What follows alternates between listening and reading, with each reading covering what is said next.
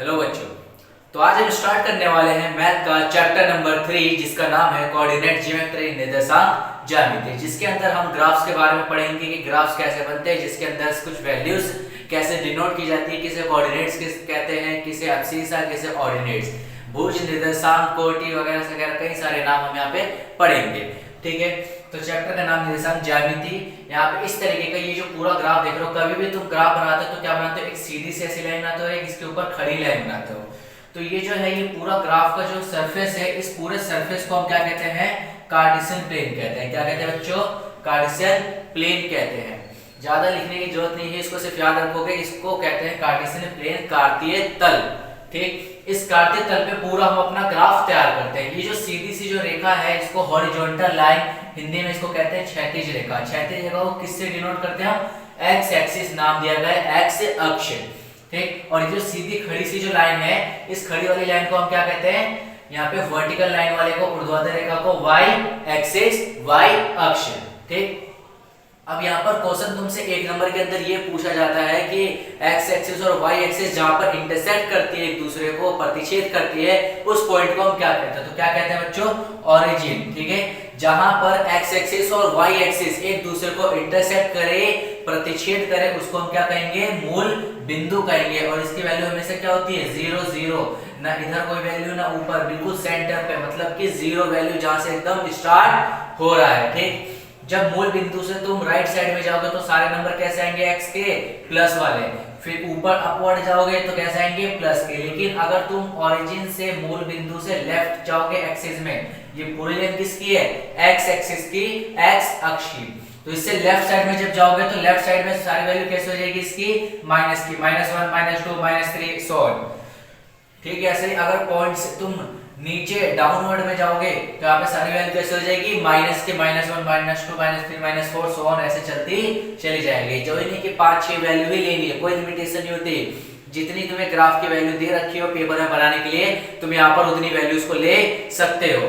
ठीक, तो अब यहाँ पर एक पहला क्वेश्चन तो तुम्हारे यहाँ से क्लियर हो गया कि ओरिजिन किसे कहते हैं, कि व्हेन x एक्सिस और y axis intersect each other at a point is called origin. जहां पर x अक्ष और y अक्ष एक दूसरे को प्रतिच्छेद करे उसको हम क्या कहेंगे, मूल बिंदु कहेंगे। ठीक, जब यहाँ पे इन्होंने कट किया तो कितने डिग्री का एंगल बनाया, कोई भी चीज कटेगी तो एक एंगल तो बनाएगी, तो कितने डिग्री का एंगल बनाया, 90 डिग्री का। कितना बनाया, याद रखना, 90 डिग्री। तो जो क्वाड्रेंट, अब ये 4 हिस्सों में बट गया, तो 4 हिस्सों में बनेगा, तो उस एक हिस्से को, पर्टिकुलर एक पार्ट को हम क्या कहते हैं, क्वाड्रेंट, चतुर्थांश। और ये एंटी क्लॉकवाइज, घड़ी के विपरीत के हिसाब से चलती है। घड़ी हमारी क्या चलती है, जैसे 1 से 12, 1 2 3 4 5 ऐसे गोल घूमती है, लेकिन हम क्वाड्रेंट में जब ग्राफ करते हैं तो कैसे, उल्टा, घड़ी के विपरीत, ऐसे गोल गोल घूमते हैं। तो first quadrant, second, third and fourth quadrant, चतुर्थांश 1 2 3 4, और चारों चतुर्थांश कितने डिग्री पे बनेंगे, 90 डिग्री पे। 90 डिग्री को हम क्या कहते हैं, समकोण कहते हैं। ठीक है, क्या कहते हैं, समकोण। अब जो फर्स्ट क्वाड्रेंट के अंदर जो वैल्यूज आएगी कैसे आएगी, प्लस प्लस की आएगी। क्यों आएगी, क्योंकि देखो इधर से भी x की वैल्यू प्लस, इधर से भी y की वैल्यू प्लस, तो दोनों वैल्यू कैसे होगी, प्लस प्लस की। सेकंड के अंदर माइनस प्लस, थर्ड के अंदर माइनस माइनस, फोर्थ के अंदर प्लस माइनस। अभी तुम्हारे मिड टर्म के एग्जाम में आया भी था, और ऐसे क्वेश्चन कई बार पूछ लिए जाते हैं कि जो माइनस माइनस है या प्लस माइनस है, इस क्वाड्रेंट, कौन से क्वाड्रेंट के अंदर लाई करते हैं, कौन से चतुर्थांश के अंदर आते हैं। तो अगर तुमसे प्लस माइनस पूछ ले, अगर तुम्हें याद है तो कौन सा, चौथा चतुर्थांश, फोर्थ क्वाड्रेंट। माइनस माइनस पूछ ले तो थर्ड क्वाड्रेंट, तीसरा चतुर्थांश। इस तरीके से तुम्हें चीजों को अगर याद है तो तुम इजीली कर पाओगे।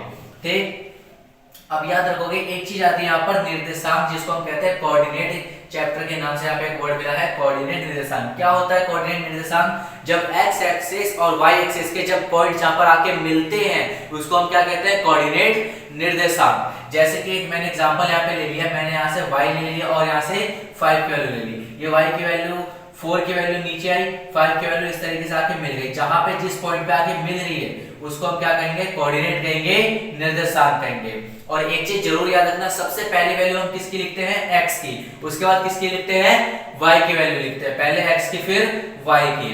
और जरूरी नहीं कि प्लस माइनस का यहाँ पे देखना है कि अगर ये प्लस का होगा तो ही x के लिखेंगे वरना नहीं लिखेंगे, ऐसा जरूरी नहीं है। माइनस का x है तो माइनस की वैल्यू पहले लिखो, प्लस की x है तो पहले प्लस की वैल्यू लिखो, लेकिन x की वैल्यू ही सबसे पहले लिखना है, ये रूल दिया गया है हमें। ठीक, तो इसको हम क्या कहते हैं, कोऑर्डिनेट्स। अब दो टर्म के अंदर बच्चे सबसे ज्यादा कंफ्यूज होते हैं, जिसका नाम है अब्सीसा भुज, कोऑर्डिनेट कोटि।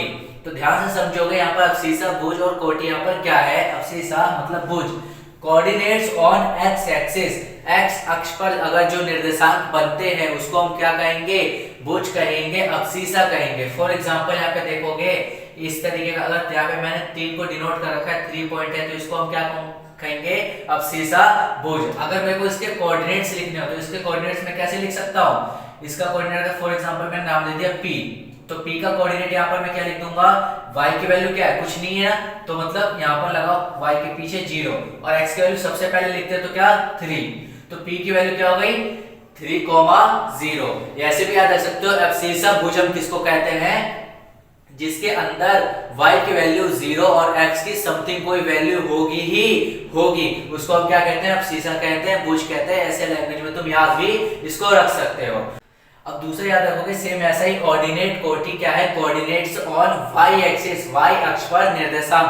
y अक्ष पर निर्देशांक का मतलब यहाँ पर क्या है कि एक ऐसा नंबर जिसपे y हो, x की वैल्यू 0 दे रखी है बिल्कुल, जैसे मैंने एग्जांपल देखा 5 का, इसको हम क्या कहेंगे, ऑर्डिनेट कोटि। इसके अगर मुझे कोऑर्डिनेट लिखने हो तो क्या क्यूब मैंने डिनोट कर दिया, x की वैल्यू कुछ नहीं है तो 0, y की वैल्यू क्या 5। इसको तुम लोकल लैंग्वेज में ऐसे याद रख सकते हो कि अगर x की वैल्यू 0 और y की वैल्यू समथिंग कुछ है, x की वैल्यू 0 और y की वैल्यू समथिंग कुछ है, तो उसको हम क्या कहेंगे, ऑर्डिनेट कहेंगे, कोटि कहेंगे। ठीक है, याद रहेगा, अब्सीसा में y की वैल्यू 0, x की वैल्यू समथिंग कुछ होगी भुज में, और ऑर्डिनेट कोटि के अंदर x की वैल्यू 0 और y की वैल्यू समथिंग कुछ होगी, उसको हम क्या कहेंगे, ऑर्डिनेट कोटि कहेंगे। फॉर एग्जांपल मैं यहाँ पे कुछ एग्जांपल लेके तुम्हें दिखाता हूँ, जैसे कि मान लो मैंने ले लिया a पॉइंट, मैं कौन सा ले लूं बताओ, मैं यहाँ पे 5,0 ले लेता हूँ, b पॉइंट में ले लेता हूँ